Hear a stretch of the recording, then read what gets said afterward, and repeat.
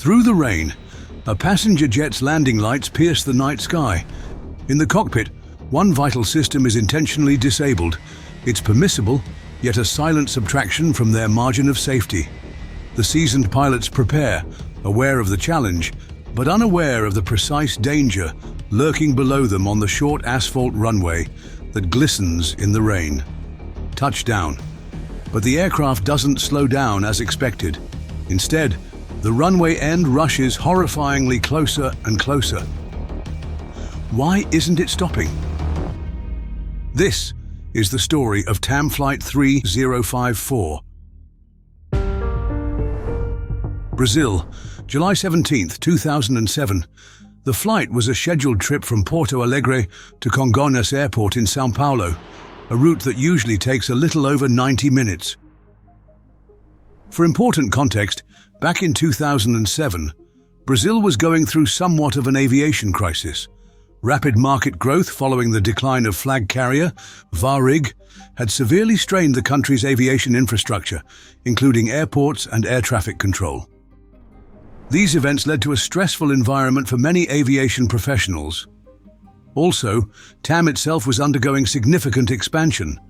While it did technically meet regulatory minimums, CENIPA, the Aeronautical Accident Investigation and Prevention Center, noted that TAM's A320 training program involved fewer hours in ground school, cockpit procedures trainers, and full flight simulators compared to Airbus's recommendations.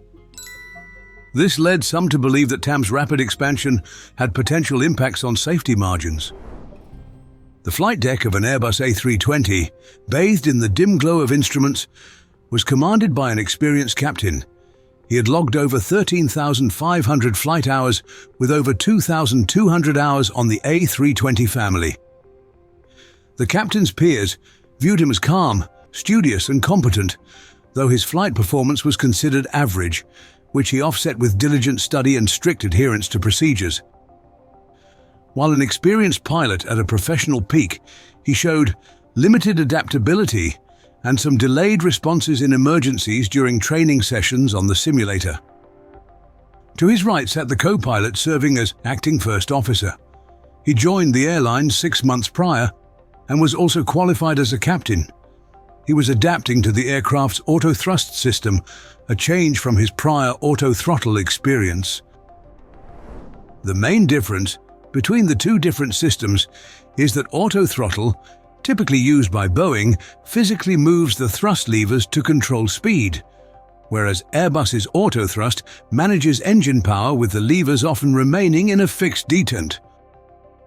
The acting first officer reportedly had resumed piloting in the previous year, 2006, after a 4-year break.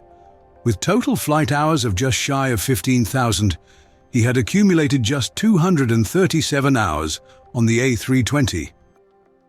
It might seem unusual that two captains were flying together, but this can sometimes occur due to scheduling requirements or other operational reasons. Two captains can present unique crew resource management or CRM challenges. The authority gradient between two captains might be less clear than, let's say, between a captain and a first officer. This could potentially affect communication and decision-making, particularly given the acting first officer's limited experience on the A320 and potential unfamiliarity with first officer duties after being used to flying as captain in command. While both crew members were considered proficient and had completed their required training, the context of their pairing together added another layer of complexity to the flight. The aircraft, an Airbus A320, a hugely popular technologically advanced twin-jet airliner, was maintained according to requirements. However, on this particular flight, it operated with the thrust reverser on the number 2 engine deactivated due to a hydraulic leak. This condition was permitted by the minimum equipment list. Think of the minimum equipment list as a carefully considered, officially sanctioned list that allows an aircraft to fly even if certain non-critical components aren't working, but only for a limited time and often with specific operational precautions. While flying without one of its 2 thrust reversers was technically allowable, it meant the aircraft had one less tool in its arsenal for slowing down after landing, and this is worth keeping in mind. The thrust reverser had been inoperative for the past 4 days, and the aircraft had completed several flights in this configuration without any recorded issues. When an Airbus with IAE V25 engines lands and needs to slow down quickly, the pilot activates the thrust reversers. Think of it like this. Panels on the sides of the engines slide open, uncovering special vents. Instead of the engine fans pushing air backward to move the plane forward, these vents redirect that air forward. This creates a powerful blast that acts like a brake, significantly reducing the aircraft's speed on the runway. While legally permissible, the absence of one reverser reduced the aircraft's stopping capability, a critical factor on wet runways. On board were 181 passengers and 6 crew members, including the 2 pilots, bringing the total headcount to 187. At 5:19 p.m. local time, the aircraft had a normal takeoff from Porto Alegre, and as it climbed, it set course for São Paulo. As they climbed to cruise altitude of flight level 210, or 21,000 feet, let's take a quick look at their destination. Congonhas Airport was a notorious challenge for flight crew.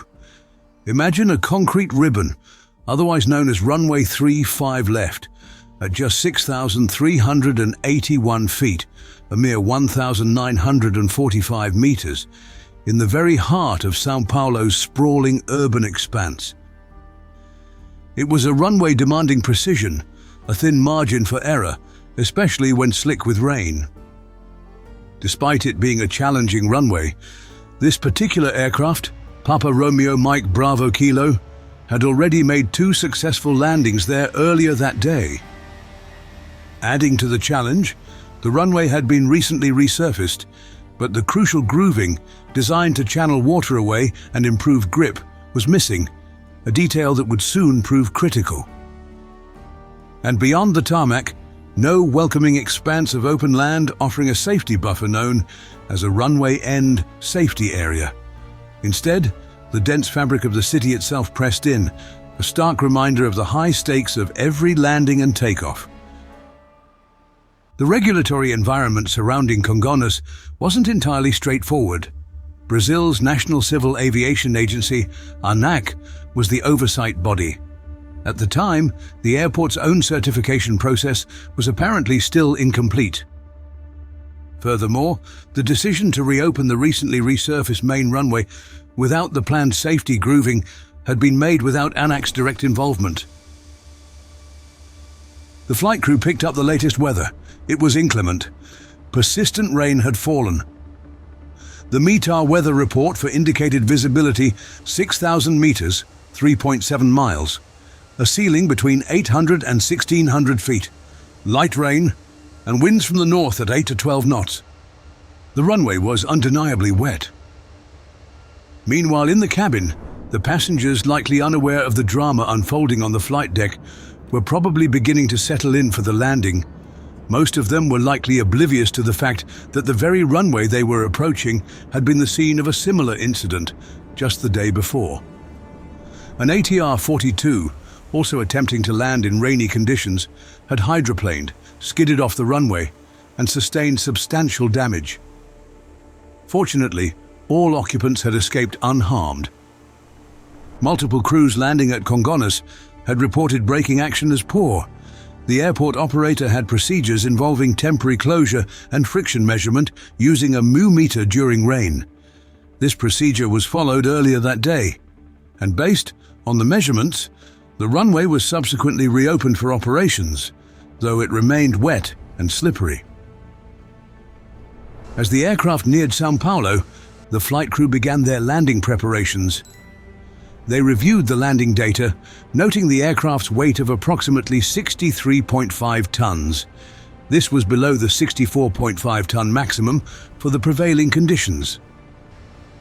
The ATIS, or Automatic Terminal Information Service, reported visibility as more than 10 kilometers and clouds scattered at 1,000 feet and broken at 2,000 feet. Air traffic control echoed the concern, relaying reports from other aircraft. The runway was slippery. They also learned that Congonhas had been temporarily closed earlier for friction testing, a clear indicator of the challenging conditions, before being reopened sometime later. This combination of factors, a short, ungrooved wet runway known for rubber accumulation and reduced friction, recently involved in a hydroplaning incident, an aircraft with reduced deceleration capacity, regulatory oversight issues, and the absence of a safety buffer zone, created a high-risk scenario. Just how much margin for error remained? Standard operating procedures for landing with the deactivated number 2 reverser on a wet, slippery runway were, let's just say, really critical. The Airbus A320's automation requires specific pilot actions for landing. The thrust levers, normally in the climb detent during auto-throttle managed approach, must both be retarded to the idle position at touchdown. This action signals the aircraft systems to automatically deploy ground spoilers to increase braking effectiveness, and it enables the selection of reverse thrust. The aircraft's automatic braking can only kick in once the ground spoilers are deployed. However, with the number 2 reverser deactivated, the correct procedure was to move both levers to idle, then select reverse only on the operative number 1 engine, leaving the number 2 lever at idle. And this procedure is something else worth keeping in mind. As they descended on the ILS approach to runway 35 left, communications were standard. At one stage during the approach, the captain gave a yawn and complained of a mild headache. As the autopilot guided the A320 on its descent, the captain, very much aware of their single operative thrust reverser, instructed the first officer to contact the tower.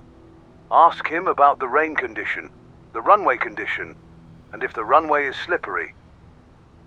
The first officer promptly radioed Congonhas Tower. TAM on final approach 2 miles away. Could you confirm conditions? The tower's voice came back. It's wet, and it is slippery.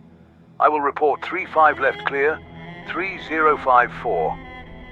Shortly after this exchange, the captain emphatically acknowledged the challenging conditions with a knowing, "Wet and slippery," remark. A few moments later, the tower provided an update on other traffic, stating, "The aircraft is starting the departure." Subsequently, the tower issued the full landing clearance. TAM 3054, 35 left, clear to land. The runway's wet and is slippery and the wind is 330 at 8 knots. The first officer then relayed the wind information to the captain. Below the cloud base, the runway lights appeared. As the aircraft descended through 20 feet, the retard auto call-out was announced and the left thrust lever was moved towards idle. At 6:54 p.m. local time, the wheels touched down on runway 35 left within the designated touchdown zone, and the left thrust lever was moved into the reverse position. However, the right lever, controlling engine number 2 with the deactivated reverser, remained in the climb detent. Rain continued to fall on the ungrooved surface, slick with accumulated rubber deposits. The acting first officer uttered, "Spoiler nothing," recognizing that the spoilers had not automatically deployed upon landing. To their horror, the aircraft was not slowing down. "Decelerate, decelerate," was urgently called out by the acting first officer, to which the captain replied, It can't. They applied maximum manual brakes, but it was no use. Deceleration was impossible as the aircraft used up more and more of the runway at high speed. Neither pilot seemed to realize that one lever was still commanding forward thrust to the right engine, while the other lever was in the rev detent, commanding reverse thrust on the left engine. This action caused an asymmetric thrust condition.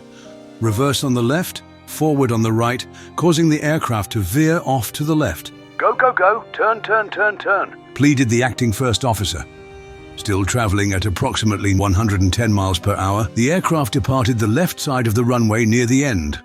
At 6:54 p.m. and 35 seconds, the A320 crashed through the airport perimeter, traversed Washington, Louis Avenue, and slammed into a TAM Express cargo building and an adjacent gas station. The crash impact and resulting intense fire sadly claimed the lives of all 187 people on board and 12 individuals on the ground. The total time from touchdown to the crash impact was around 25 seconds. According to the final report, the crash was primarily caused by incorrect thrust lever positions on landing. This prevented the spoilers and auto brakes from automatically engaging. The asymmetric thrust, reduced friction of a wet, ungrooved runway slick with rubber deposits made it impossible for the aircraft to stop or to maintain directional control. Contributing factors included training inconsistencies, airport and regulatory shortcomings, and the lack of an adequate runway end safety area. An optional Airbus modification to warn about incorrect thrust lever positions during landing was available, but had not been incorporated by TAM. The potential CRM challenge, given that there were 2 captains on the flight deck, was noted, but not found to be a major concern compared to the thrust lever error. This crash was Brazil's deadliest aviation accident and resulted in widespread public outcry regarding the country's aviation regulatory infrastructure. The tragedy highlighted the urgent need for operational restrictions and runway grooving at Congonhas.